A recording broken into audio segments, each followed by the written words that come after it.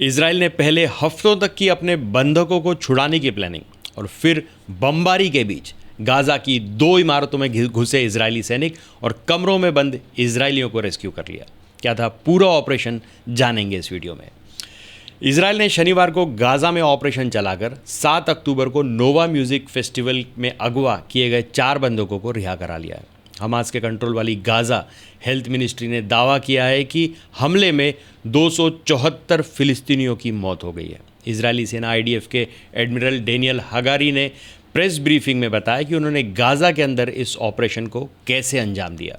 CNN के मुताबिक operation की पूरी प्लानिंग की गई। कई हफ्तों पहले शुरू हो चुकी थी ये पूरी प्लानिंग। इजराइल को अमेरिका के खुफिया सूत्रों से जानकारी मिली थी कि हमास ने नुसीरत रेफ्यूजी कैंप में 4 बंधकों को छिपा के रखा है। इसके बाद इजरायली सेना ने गाजा में मौजूद इमारतों और अपार्टमेंटों की तर्ज पर पहले बिल्डिंग्स के मॉडल बनाए। यहाँ पर हफ्तों तक सैनिकों ने ऑपरेशंस की ट्रेनिंग। इस बीच सेना ने लगातार गाजा में हमास के ठिकानों पर हमले किए जिससे उनके डिफेंस को कमज़ोर किया जा सके। इजराइल के सैनिकों ने ट्रेनिंग के दौरान 1976 में अपने कमांडो ऑपरेशन एंतबे ऑपरेशन को पैरामीटर बनाकर मिलिट्री की ड्रिल्स की। दरअसल 1976 में 4 आतंकियों ने मिलकर इजराइल से पेरिस जा रही एक फ़्लाइट को हाईजैक कर लिया था। वे इसे युगांडा के एंतबे एयरपोर्ट ले गए थे। पैसेंजर्स की आज़ादी के बदले उन्होंने दुनिया भर में सैकड़ों कैदियों को रिहा करने की मांग की थी। बाद में इजराइल ने युगांडा में एंतबे ऑपरेशन चलाकर 100 बंधकों को आज़ाद कराया था। टाइम्स ऑफ इजराइल के मुताबिक गाजा से बंधकों को निकालने के लिए प्रधानमंत्री बेंजामिन नेतन्याहू और रक्षा मंत्री योव गैलेंट 6 जून की शाम को इस ऑपरेशन की उन्होंने इजाज़त दे दी।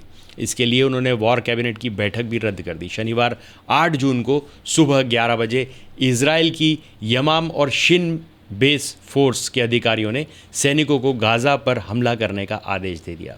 उन्हें 2 हिस्सों में बांटा गया। फिर गाजा की 2 इमारतों पर रेड डाली गई। दरअसल हमास ने 4 बंधकों को 2 अलग अलग अपार्टमेंट में छिपा कर रखा था। इनमें से 26 साल की नोआ अर्गामनी भी थी। वहीं दूसरे में 40 साल के श्लोमी जिव, 27 साल के आंद्रे कोजलो और 22 साल के एल्मोग मीर कैद थे। आईडीएफ अधिकारियों ने बताया कि सभी कैदियों को कमरे में बंद करके रखा गया था। इन कमरों के बाहर गार्ड्स भी तैनात थे। इजराइल के चैनल 12 की रिपोर्ट के मुताबिक हमास बंधकों को अपने घरों में रखने के बदले फिलिस्तीनियों को पैसे दिया करते थे। रेड के दौरान इजरायली सैनिक कमरे में दाखिल हुए। वे बंधकों को अपने पीछे छुपाते हुए बाहर लेके आए और उन्हें अपनी गाड़ियों में बिठाया। इस बीच इजरायली सेना लगातार गाजा पर हवाई हमले कर रही थी। निदाल अब्दो नाम के फिलिस्तीनी ने सीएनएन को बताया कि वह मार्केट में सामान ले रहे थे जब अचानक आसमान से बम गिरने लगे। ऐसा नज़ारा उन्होंने पहले कभी नहीं देखा था। ऐसा लग रहा था जैसे 10 मिनट के अंदर 150 रॉकेट गाजा में आकर गिर गए हों। छोटे छोटे बच्चे नुसीरत कैंप में इधर उधर भाग रहे थे। इजरायली सेना ने बताया जब वे बंधकों को मिलिट्री हेलीकॉप्टर की तरफ ले जा रहे थे तब हमास के लड़ाकों ने उन पर ताबड़तोड़ फायरिंग की। इस दौरान इजरायली कमांडर आर्नन जामोरा बुरी तरह घायल हो गए। मुठभेड़ के दौरान इजराइल में हमास के कई लड़ाकों को मार गिराया। इसके बाद सेना ने भी काफ़ी बंधकों को एयरलिफ्ट करके इजराइल के हाशोमर अस्पताल में पहुंचा दिया।